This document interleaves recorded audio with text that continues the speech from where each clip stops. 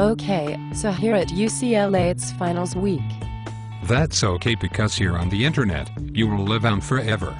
So we know that I'm not the most politically correct person, so don't take this offensively. No.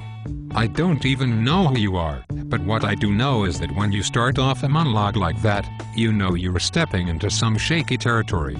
I don't mean it toward any of my friends, I mean it toward random people that I don't even know in the library. So, you guys are not the problem. So you intended this to be viewed only by your friends? Then why didn't you just pick up the phone or visit them in person to tell them this? The problem is these hordes of Asian people that UCLA accepts into our school every single year, which is fine. Hordes of Asian people? Into your school? It doesn't sound like you're fine with this ignoramus perception of yours. Oh, and you do realize that UCLA has an Asian Pacific Islander student population of close to 40%, right? I'd think very carefully before you say anything further.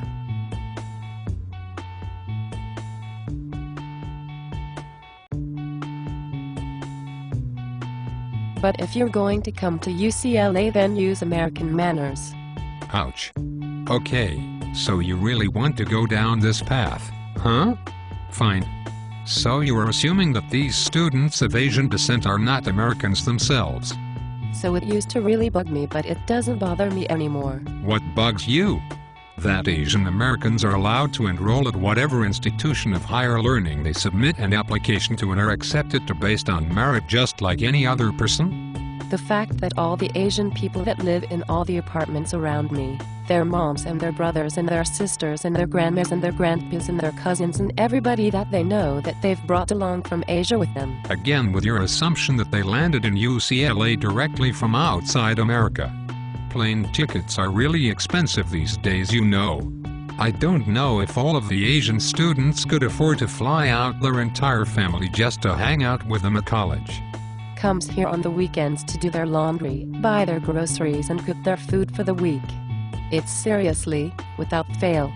You will always see old Asian people running around this apartment complex every weekend. Since when is family values a bad thing? This whole comment is ridiculous, including the image you portray of old people running around an apartment complex. Maybe they are training for a marathon. That's what they do.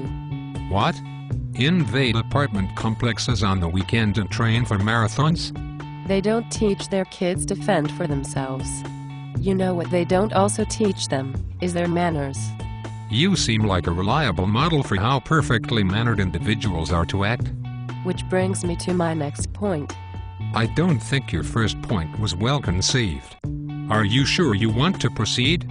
Hi, in America we do not talk on our cell phones in the library.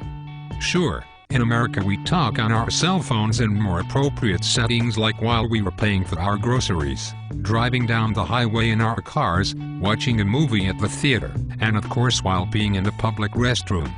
I swear every 5 minutes I will be.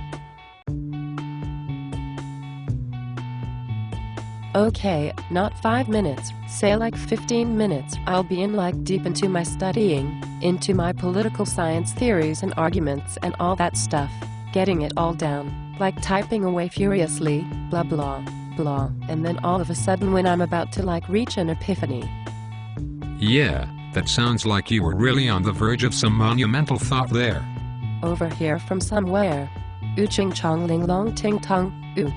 I think you just said, Alexandra Wallace is a douchebag, in pig Latin. Are you freaking kidding me? No. I need to ask you. Are you freaking kidding me? In the middle of finals week? So being the polite, nice American girl that my mama raised me to be. They say, Mama didn't raise no fool, but I think in your case, she did. I kinda just gave him what anybody else would do. This should be good. That kinda like, you know it's a library, like, we're trying to study, thanks. Right. I'm sure that's how it went down. More like you gave him the stank eye and the one-fingered salute. Don't lie. And then it's the same thing 5 minutes later. But it's somebody else, you know. Probably his cousin. Or maybe his grandpa. I swear they're going through their whole families, just checking on everybody from the tsunami thing. But I thought you said they brought all their family with them to UCLA to cook and do their laundry? And really? You're going to even mention arguably the biggest disaster in Japan's history and dismiss and minimize it like that? I mean, I know. Okay, that sounds horrible, like I feel bad for all the people affected by the tsunami. So you know it sounds horrible, but you continue to allow this dribble to leave your pie hole. Take my advice, shut your mouth right now. Don't say any more. You're just digging yourself a hole. A hole straight to China, where I don't think you'd be received very well with the charming personality of yours. But if you're gonna go call your address book, like, you might as well go outside, because if something is wrong you might really freak out if you're in the library and everybody's quiet. Like, you seriously should go outside if you're gonna do that. Wow. I really don't even have words for you right now.